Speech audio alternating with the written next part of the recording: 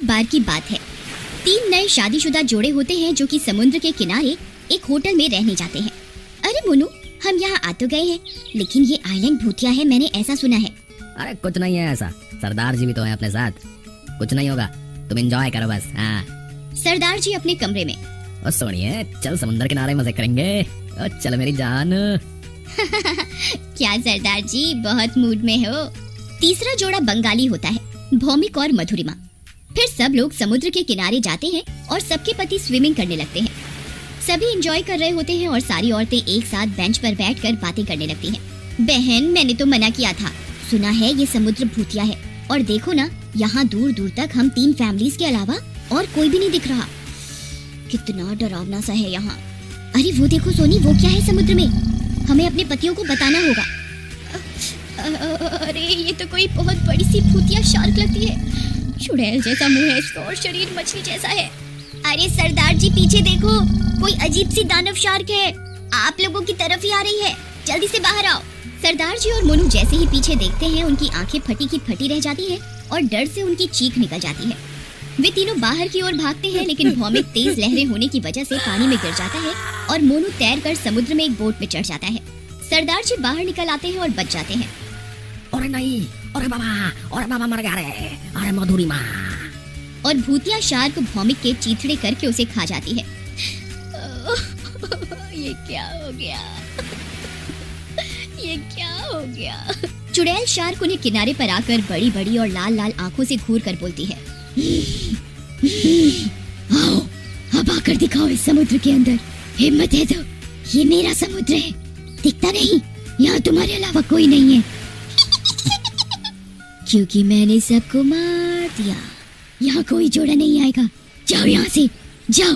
फिर वो चुड़ैल शार्क वहाँ से चली जाती है। पता नहीं मोनू उस बोट पर चढ़ तो गया था, लेकिन दिख नहीं रहा, कहाँ गया। ओह गॉड। ओ बहन जी तुसी हिम्मत रखो, मोनू वीर जी ठीक होंगे, पर ये था क्या, और मैं इन्हें छड़ूंगा नहीं। उधर मोनू जिस बोट पर चढ़ा होता है वो बहती हुई दूर चली जाती है और वो उसे स्टार्ट करने की कोशिश करता है, लेकिन वो स्टार्ट नहीं होती। तभी मोनू का फोन बजता है। हेलो हेलो हेलो हेलो कविता, हेलो। अजी आप कहाँ हो, बहुत मुश्किल से फोन लगा है आपका। आप ठीक हो ना? कविता मैं एक बोट पर चढ़ गया था, लेकिन काफी दूर आ गया हूँ, मैं वापस आ रहा हूँ, तुम किनारे पर ही रहना है। हम सब किनारे से थोड़ी दूरी पे खड़े हैं, आप आ जाओ जल्दी। फिर मोनू उन्हें दूर से आता हुआ दिखता है। मोनू तुम मुझे दिख रहे हो, जल्दी आ जाओ। लेकिन वो चुड़ैल फिर से आ जाती है। अरे पीछे देखो, वो चुड़ैल आ गई। ओ मोनू वीर जी, ओ जल्दी आओ। नहीं। चुड़ैल शार्क को देखकर उसके तोते उड़ जाते हैं। तुमने मुझे शोर करके फिर से जगा दिया, मैं तुम्हें नहीं छोड़ूंगी। नहीं मुझे जाने दो, मेरी अभी नई शादी हुई है, मुझे जाने दो। तो क्या हुआ, मेरी भी तो नई शादी हुई थी, मैं भी मर गई थी। तुम लोग आते हो और ये सारा समुद्र गंदा करके जाते हो, नहीं आने दूंगी किसी को भी। देखो कितनी गंदगी फैलाई है तुम लोगों ने, खाने पीने का सामान, बोतलें, कचरा सब यहीं फेंक जाते हो, जिसकी वजह से मैं और मेरे पति मर गए। लेकिन इसमें मेरी गलती क्या है, मुझे छोड़ दो। चुड़ैल उसकी एक नहीं सुनती और उसे मार कर खा जाती है।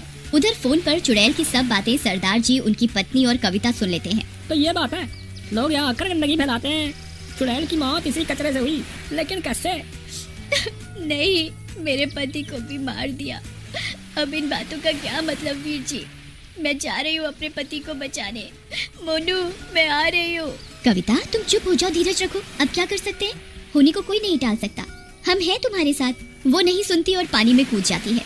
अरे ये क्या किया बहन जी तुसी, चलो जल्दी सोनी होटल चलो, हमें मदद लानी होगी। तभी वे लोग किनारे पर बने होटल में जाते हैं, जहाँ वे लोग रुके होते हैं। उस होटल के मैनेजर से पूछते हैं, अरे मैनेजर साहब, ये जगह भूतिया है और वो साढ़े दोस्तों मार रही है, आप जल्दी चलो। चुड़ैल कित्थों आई? नहीं मैं नहीं जाऊंगा पानी में। हाँ, यहाँ बहुत पहले एक पति पत्नी आए थे हनीमून मनाने, उनका नाम रीमा और महेश था। एक दिन सबकी तरह वो लोग भी समुद्र में बोट लेकर घूमने गए थे और उनकी बोट डूब गई और वो दोनों मर गए। लड़के की लाश तो मिली पर रीमा की लाश नहीं मिली। सब कहते हैं ये चुड़ैल रीमा ही है। अब मुझे मरना नहीं है, अब मैं नहीं जाऊंगा। अब हमें सच का पता कैसे चलेगा? अरे यार ये तो वो चुड़ैल ही बता सकती है, चलो उसी से पूछ लेते हैं। पागल हो गए हो क्या, मरना चाहते हो? वो तुम्हारी गर्लफ्रेंड है जो तुमसे अपने सुख दुख बांटेगी। अरे सोनिया फिर की करें, ऐसे तो जो भी इस टापू पे आएगा वो उसे मार देगी ना यार। और कविता बहन जी भी तो समुद्र में कूद गई थी मोनू वीर जी को बचाने वास्ते, उन्हें तो ढूंढने जाना ही पड़ेगा ना। वो तो चिंता ना कर, मेरे पास एक तरकीब है। मैनेजर जी आपके पास इनकी कोई फोटो वोटो है? हाँ, ये उनके सामान से निकली थी, उनकी शादी की फोटो है। बढ़िया, चल मेरे नाल, अब कुछ नहीं होगा। फिर वो दोनों समुद्र के किनारे जाते हैं। रात हो जाती है और समुद्र की लहरें बहुत ही तेज होने के कारण समुद्र बहुत डरावना लग रहा होता है। वे चुड़ैल को आवाज लगाते हैं। चुड़ैल जी, ओ चुड़ैल जी। चुड़ैल उनकी आवाज सुनकर गुस्से में आ जाती है। कौन है जिसे मेरा डर नहीं और इतनी हिम्मत है कि मुझे आवाज लगाकर बुला रहा है? वो उसके कान में कुछ कहता है। इतने में चुड़ैल गुस्से में उनके पास आ जाती है। ओ सोनी, मेरी बात ध्यान नाल सुन। तुम नहीं बचोगे, गंदगी फैलाने आए हो, बोलो मैं तुम्हें भी मार डालूंगी। चुड़ैल जी, ये देखो आपकी शादी का फोटो आपके पति के साथ। चुड़ैल उस फोटो को देखकर शांत हो जाती है और वो उसे देखने लगती है।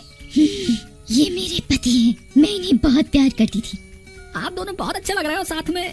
रीमा जी आप शांत हो जाइए, हम आपको कोई नुकसान नहीं पहुंचाने आए, हम तो आपकी मदद करना चाहते हैं। लेकिन आप यहाँ आने वाले को क्यों मार रही हो? तुमने क्या कहा रीमा? तुमने मेरे नाम से मुझे बुलाया, ये फोटो लाए हो, तुम अच्छे इंसान लगते हो। ये मेरे और मेरे पति की शादी की फोटो है। लेकिन आप यहाँ आने वाले लोगों को मार क्यों रही हो? सबको मार दूंगी। मैं और मेरे पति खुशी खुशी यहाँ घूमने आए थे और बोट लेकर समुद्र में घूमने निकले थे, लेकिन इस समुद्र में किसी ने जाल फेंका हुआ था जो हमारी बोट के नीचे की मशीन में फंस गया और जिसके कारण हमारी बोट डूब गई और हम दोनों मर गए। तब से मेरी आत्मा भटक रही है।